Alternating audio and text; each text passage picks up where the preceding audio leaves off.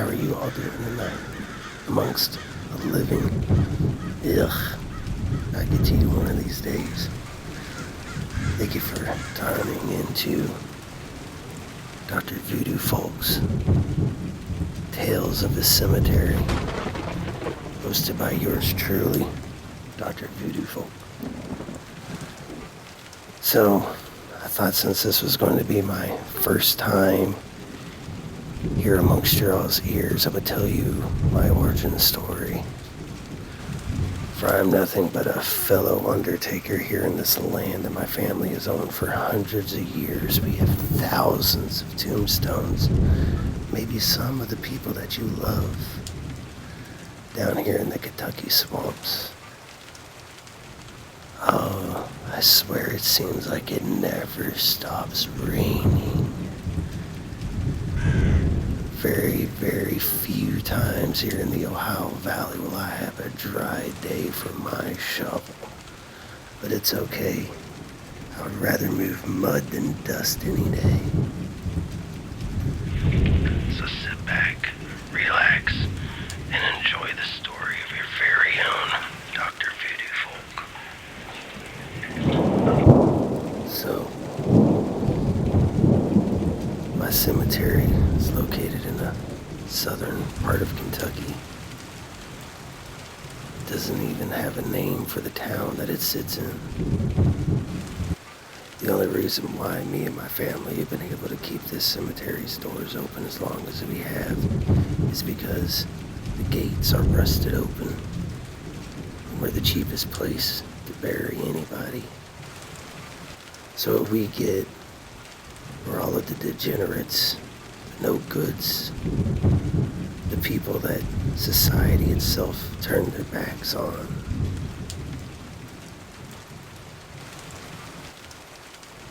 So as I inherited this cemetery, I realized there was no good help here in this little town. Everybody wanted too much and wanted to work too little. But it got lonely out here. All hours of the day and all hours of the night. Just me and my shovel. So I made a pact with the devil.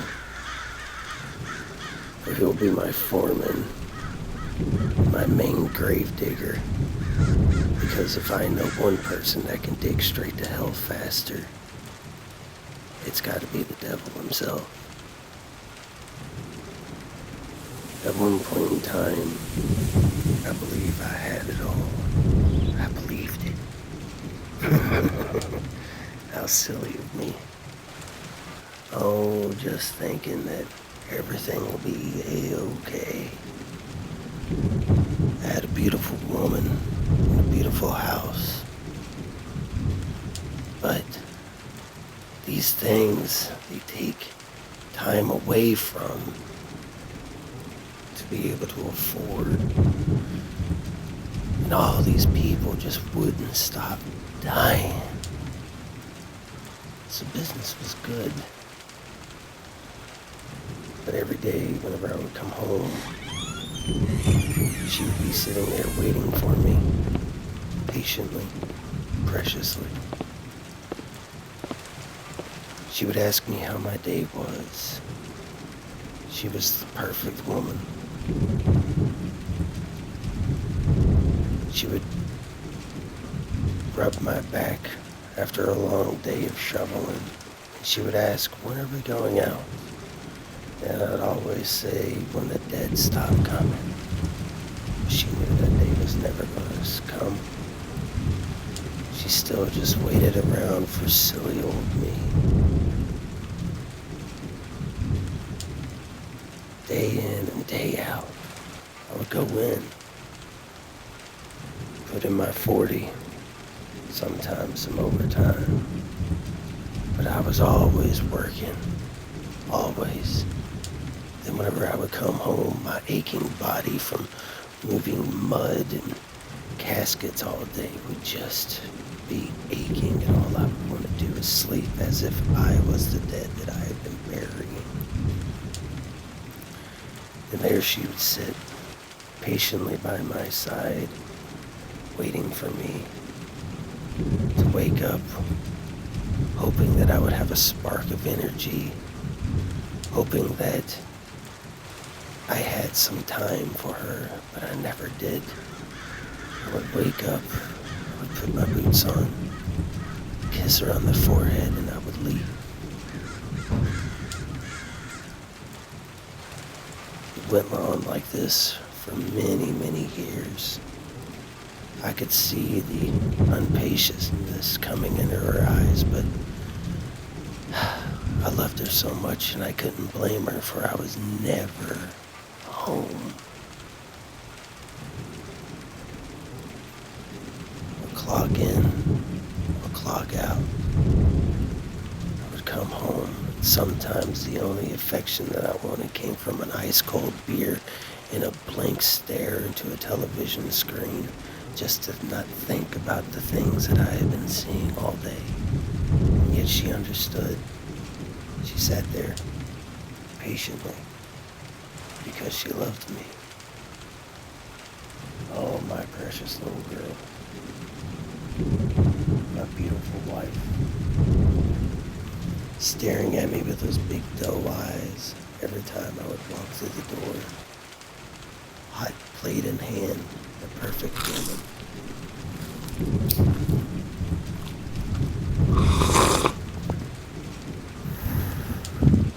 How I miss her so.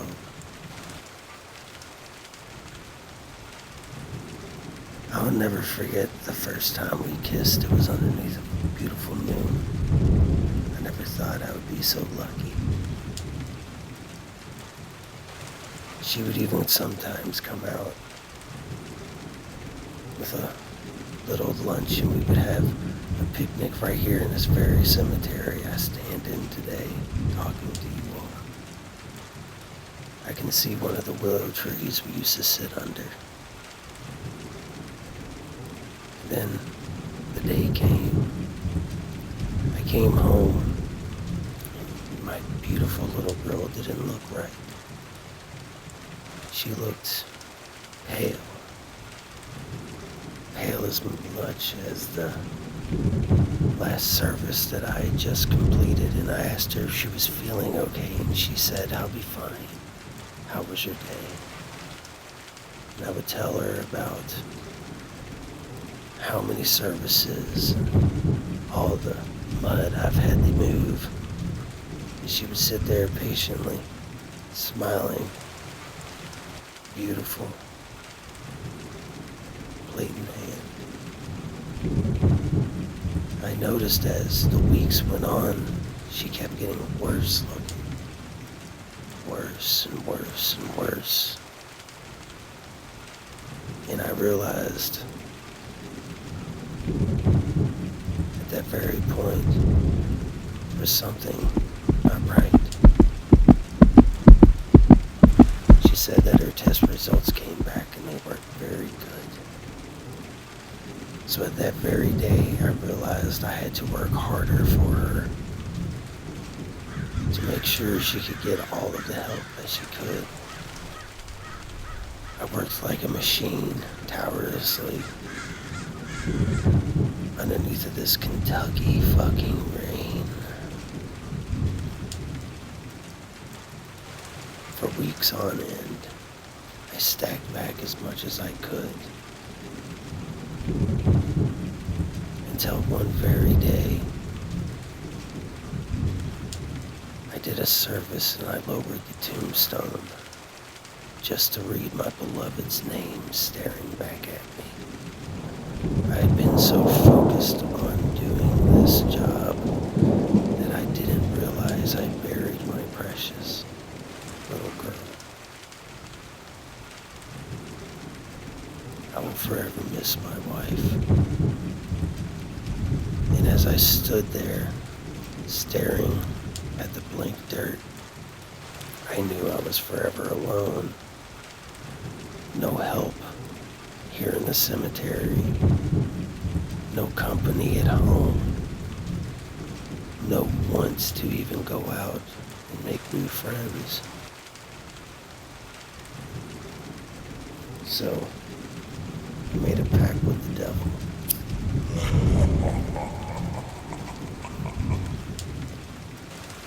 And the devil told me,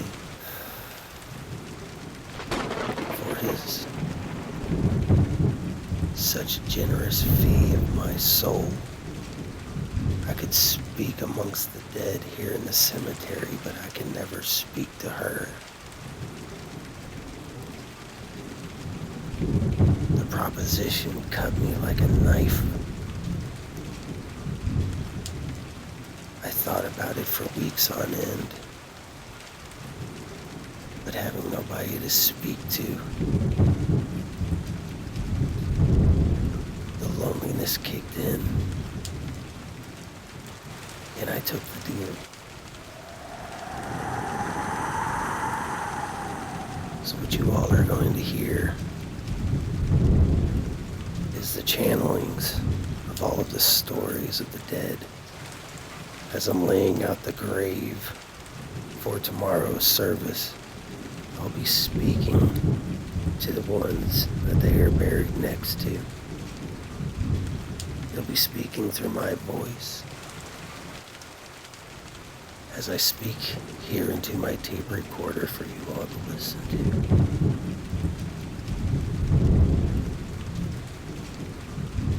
I hope you tune in the next time on Dr.voodoo Folks, Folk Tales of the Cemetery. Hey, Doc, get back to work. We don't make our money with you just standing around talking to me. Yeah, I get it, you damn demon. I swear, Dad's better company than you. I'll get paid to keep you company, boy. Now grab that shovel and get back to work. Yeah. But Dad ain't going anywhere. So anyways, tune in next week, if there is one.